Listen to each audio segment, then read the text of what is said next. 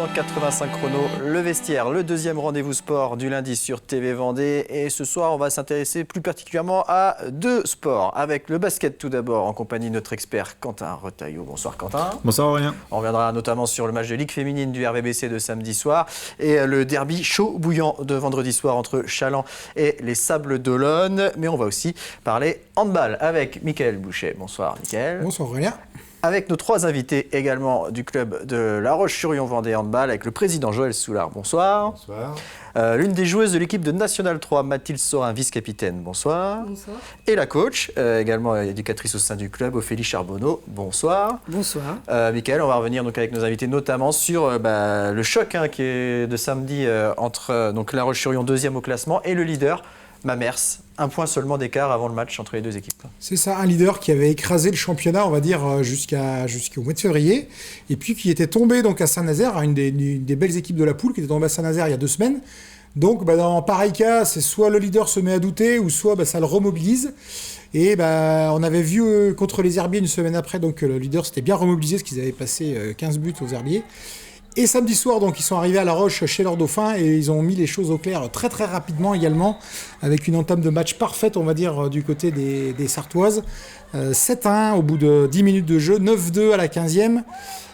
Donc le match était évidemment très très mal démarré pour les jeunes lyonnaises, qui ont traîné ce passif de 6-7 buts toute la partie, quasiment toute la partie. Il y avait encore donc 7 buts d'écart à la mi-temps. Il y a bien eu un moment de sursaut vers la 40, entre la 40 et 42e, où La Roche a relancé la machine en revenant à 4 buts. Donc les filles d'Ophélie reviennent à 16-12, donc à ce moment-là, le match peut être relancé. Sauf que ça faisait une demi-heure que La Roche était dans une longue course-poursuite. Et puis ma mère s'en avait encore sous la pédale, et il y a eu un deuxième éclat, cette fois-ci, qui a été vraiment définitif. Il y avait donc 20-12 à la 47e. Et donc après, ma mère, ça a géré tranquillement cette fin de partie. Il y avait 9 buts d'écart à 3 minutes de la fin. Donc voilà, il n'y a eu vraiment aucun suspense sur cette fin de partie. Et 25-20, score final. 25-20, score officiel, oui. Et non 25-19. Voilà. Le score va être rechangé sur le site de la Fédé demain ou après-demain. Est-ce que ce leader, ma mère, c'était vraiment intouchable samedi soir, Ophélie ? De la manière dont elles ont joué, je dirais que oui. Je dirais qu'on aurait pu les embêter un petit peu plus, notamment on en parlait tout à l'heure par rapport à notre jeu en attaque placée, mais intouchable, je ne sais pas. Mais en tout cas, on est un peu frustrés de notre prestation et donc derrière, elles ont déroulé, elles sont en confiance. Comme vous l'avez dit, elles roulent sur le championnat depuis le début de l'année, donc là, elles ont lancé la machine et derrière, c'était difficile de faire en sorte de faire tourner le match, en tout cas. Est-ce que quand vous revenez à 4 buts, là, il reste quand même 20 minutes, quasiment, il reste 20 minutes, Est-ce que vous sentez un petit peu le frisson dans la salle, même ou dans le regard des filles de ma mère, qui commencent à douter un peu, ou finalement c'est encore un peu trop loin, 4 buts ? Bien sûr, parce que le coach adverse pose son temps mort à ce moment-là. On sent dans ce regard à lui qu'il commence un petit peu à stresser. Et puis nous, on s'est bien relancé. On défend très fort et derrière, on récupère des ballons. On a encore pas mal d'échecs au shoot, ce qui fait qu'on est toujours derrière. Et puis à la suite de son temps mort, on prend 4 buts directs, dont 2 débordements à droite. Et puis après, elle récupère 2 ballons, on reprend 2 contre-attaques. Donc à la suite du temps mort, c'était très compliqué. Et on perd Amance à ce moment-là sur sa blessure au doigt. Donc je pense que du coup, la machine était vraiment stoppée là. Parce que vous avez quand même défendu très très fort, c'est une équipe qui tourne à quasiment 40 buts de moyenne par match. Là, elles arrêtent à 25. Donc on va dire que vous avez fait au moins le job de ce côté-là. Donc les regrets sont plus à l'autre bout du terrain, certainement ? Ouais. Je pense qu'on peut peut-être demander... Mathilde. Oui, complètement. On est frustrés de ne pas avoir réussi à mettre notre jeu en attaque. On a réussi à installer notre projet de jeu qui était surtout défensif, de montée de balle. On avait surtout pour objectif de stopper, leur montée de balle, leur jeu rapide, comme on a dit, leur limiter le nombre de buts. Donc oui, on n'a pas su mettre notre jeu en attaque et on a été très frustrés pour ça. Et c'est pour ça qu'on met que 20 buts. Donc parce qu'on a 31 immanquables, et ça commence à compter à la fin du match. 31 échecs pour le président, évidemment, c'est beaucoup trop. J'imagine qu'on peut pas. On gagne rarement un match avec une telle stat. Oui, non, mais la N1 a fait aussi bien contre Limoges, donc ce mois de janvier-février, là, on s'est un peu habitué. Non, mais je pense que les filles avaient fait une bonne saison jusqu'à ce match-là. Elles se sont peut-être mis un peu trop de pression en début de match et elles sont passées à côté de leur match. C'est des choses qui arrivent, surtout quand on est jeune comme elles sont. Mais moi, je suis pas déçu. Je pense qu'elles peuvent aller gagner à Mamers. Oui, Parce que là, elles iront décontracter. Il y aura le match retour dans peu de temps. On regarde le classement rapidement de cette poule de National 3 avec La Roche toujours deuxième mais à 3 points désormais de Mamers. Donc toujours en position de monter en National 2. Il y a 2 montées dans ce championnat. Et on rappelle que c'est l'équipe 2 de La Roche puisque bien sûr, comme vous le disiez, il y a l'équipe qui évolue en National 1. On en parlera peut-être en fin d'émission. Mais on va maintenant ouvrir la page basket. Avec vous, Quentin, on va parler Ligue féminine pour commencer. C'était un match que vous avez pu suivre sur TV Vendée en direct samedi soir. Les Lyonnaises face à Montpellier, match très disputé. Oui, match très disputé. Hein. Malheureusement, les Lyonnaises qui se sont inclinées à la Desideri, de retour devant leur public. Et elles se sont inclinées de 3 points avec un début de match un peu raté. Hein, et les Montpelliéraines qui sont très très bien rentrées dans le match. Hein. Qui sont revenus au complet. On avait le retour surtout des Poupas, hein, la meneuse de l'équipe de France. Là, on peut la voir en action. Et du coup, 11-2 dès le départ.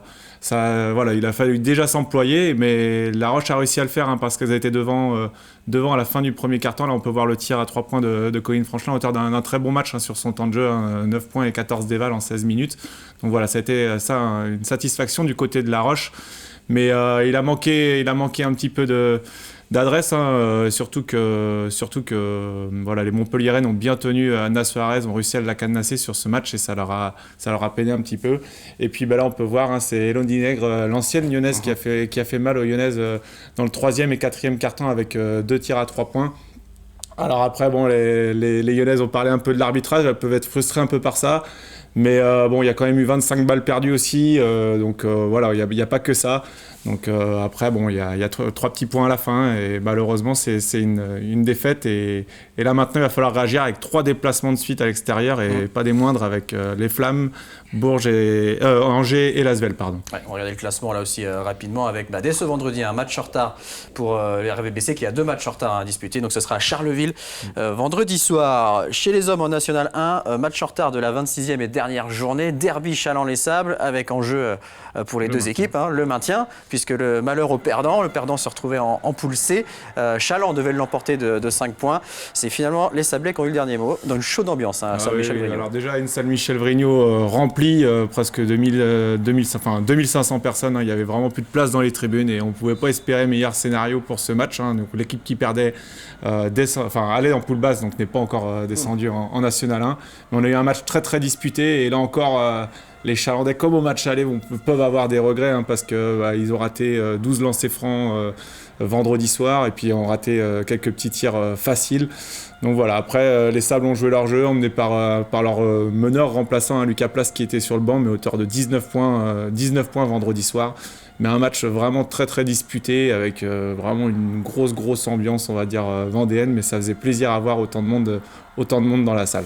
Et de la tension un peu aussi au sein du groupe chalandais. Ouais, de la tension au sein du groupe chalandais. En fin de match, hein, on va le voir, ils auraient pu espérer la prolongation. Il y a eu une petite faute sifflée, une faute volontaire faite.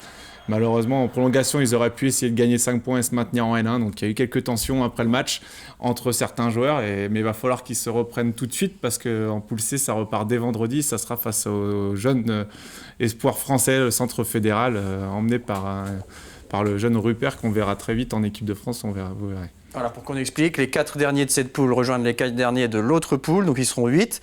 Sur ces 8-là, 4 vont descendre à la fin des matchs aller-retour. Et 4 vont monter, sauf si le centre fédéral fait partie des 4 derniers parce qu'ils ne descendront pas en National 2, donc ça sera peut-être les 5 derniers. Premiers. Il faut finir dans les 3 premiers pour être sûr d'être maintenu. Et pour les Sables d'Olonne, donc là il y a 5 équipes qui vont rejoindre les 5 autres de la poule B, la championnat à 10 et les 5 premiers iront jouer les playoffs avec les 10 autres équipes, les 9 autres équipes parce que le premier monte en National 1, en Pro B automatiquement. Donc voilà, hein, c'est la complexité de ce championnat. Ouais. Mais en tout cas, Châlons partira dans sa phase avec 5 victoires et 3 défaites pour l'instant. Et on va écouter les 2 coachs sur justement la suite de la saison, Macandiou Massy pour les Sables d'Olonne et Miguel Relais, l'assistant coach de Châlons, puisque le coach principal, Joachim Duthé, a été mis à pied pour fraude au pass sanitaire. On les écoute.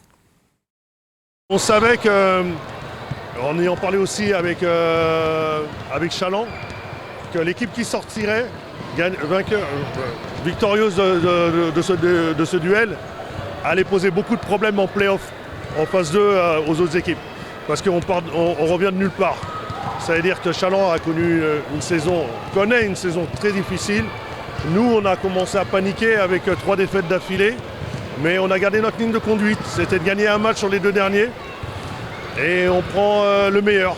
On va essayer de basculer très très vite vers la suite, basculer dans les têtes pour la deuxième phase, d'accord. Et cette troisième poule qui est la poule un peu, voilà, on va jouer notre maintien. Maintenant, on sait ce qu'on joue. La division NM1 est faite un petit peu dans cette optique-là, c'est que très vite là il faut basculer. Nous en plus avec le match est calé, on se retrouve avec une semaine de préparation pour préparer le match suivant, qui est le centre fédéral. Voilà, il va falloir qu'on arrive à le préparer en peu de temps. Analyser aussi celui-là, parce je pense qu'il est très intéressant dans ce qu'on a produit à revoir. Et puis voilà, passer l'étape suivante maintenant. Les Sables face à Boulogne et Challans face au Centre fédéral. On revient au handball, Mickaël, avant de reparler de La Roche, notamment de l'équipe de National 3. On fait un point sur la National 1 masculine. Ça ne jouait pas ce week-end, mais ça va joue reprendre. pas, mais bon, les classements sont bien plus faciles à comprendre. Hein. Le premier monte, les 2 derniers descendent, ou les 3 derniers.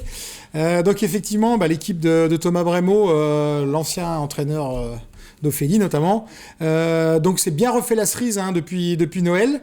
Thomas est toujours invaincu avec cette équipe de Pouzauges. Un très très long déplacement ce week-end qui va être évidemment compliqué à gérer à Billières-Pau, une équipe qui est sur le podium.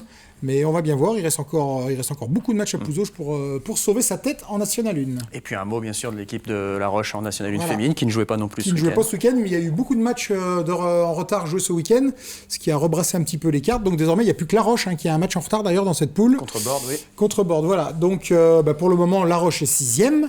On va dire qu'il y a les 2 équipes qui sont en haut, qui paraissent aussi également un peu intouchables. Est-ce que finalement, voir La Roche 6e début mars, est-ce que cette équipe-là est à sa place aujourd'hui ?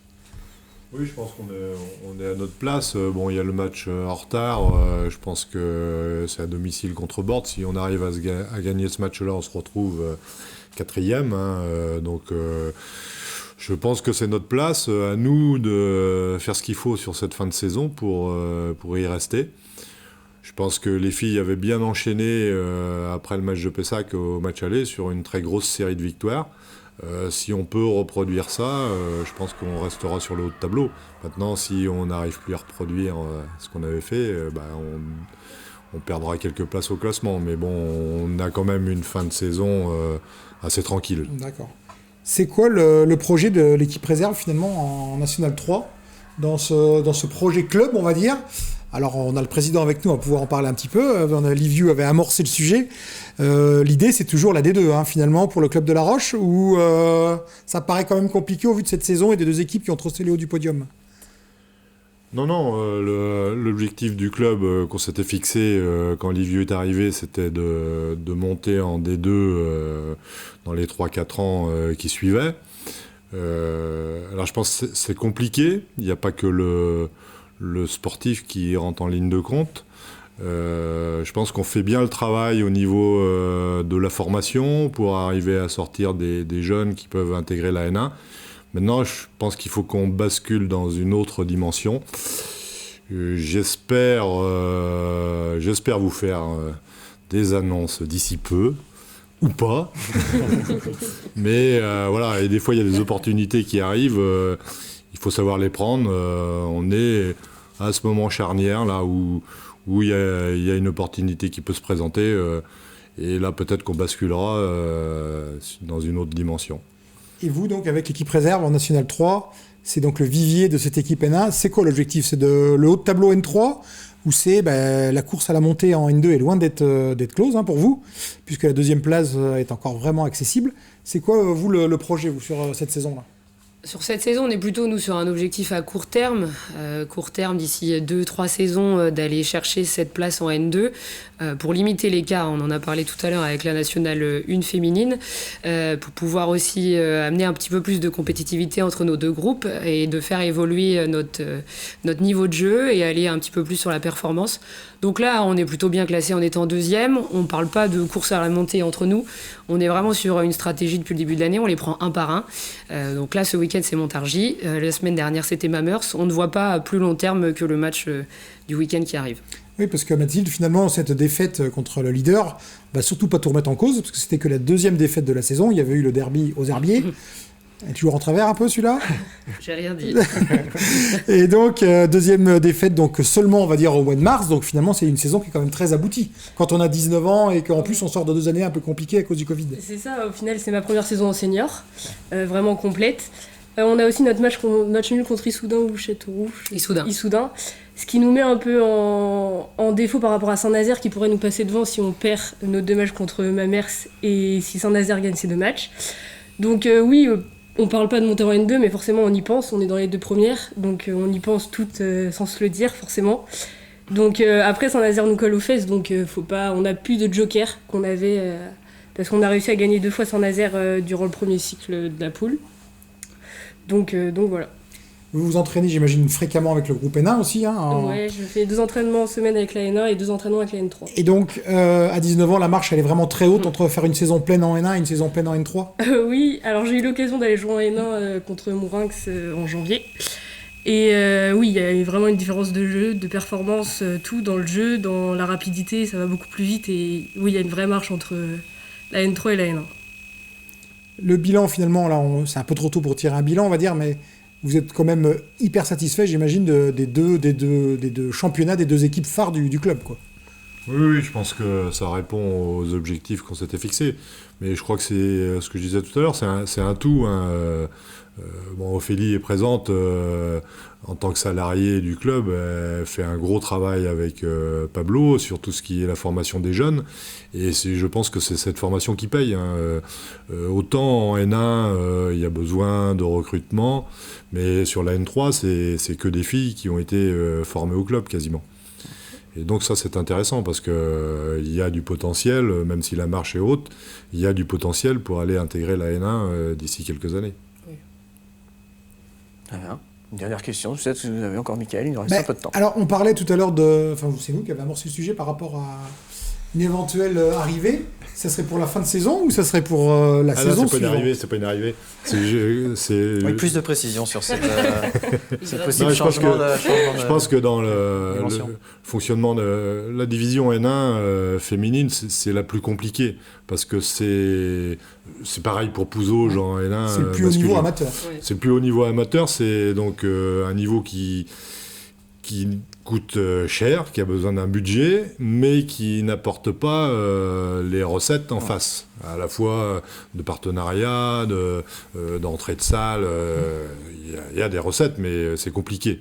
Et donc je pense que oui, si on arrive à basculer, à se trouver sur un autre modèle, donc à se faire aider par des gens qui savent faire ça, et peut-être qu'on a une opportunité, on pourrait effectivement basculer un peu et se retrouver dans un autre système. C'est structurel donc, le renfort. Oui. D'accord. En tout cas, vous savez où on est, vous avez notre numéro, donc n'hésitez pas, dès que vous pouvez faire l'annonce, Il faut faire un peu de buzz aussi. on sera présent. C'est parfait. Merci beaucoup en tout cas à tous les 3. Bonne suite de saison, que ce soit donc pour la N1, la N3 et bien sûr pour toutes les équipes, notamment aussi les garçons. Merci Mickaël, merci Quentin. Merci, on se retrouve très bientôt pour reparler handball, pour parler basket. Et merci à vous de nous avoir suivis. Je vous donne rendez-vous jeudi pour 85 chrono agenda, émission consacrée au handisport. Très bonne soirée à tous.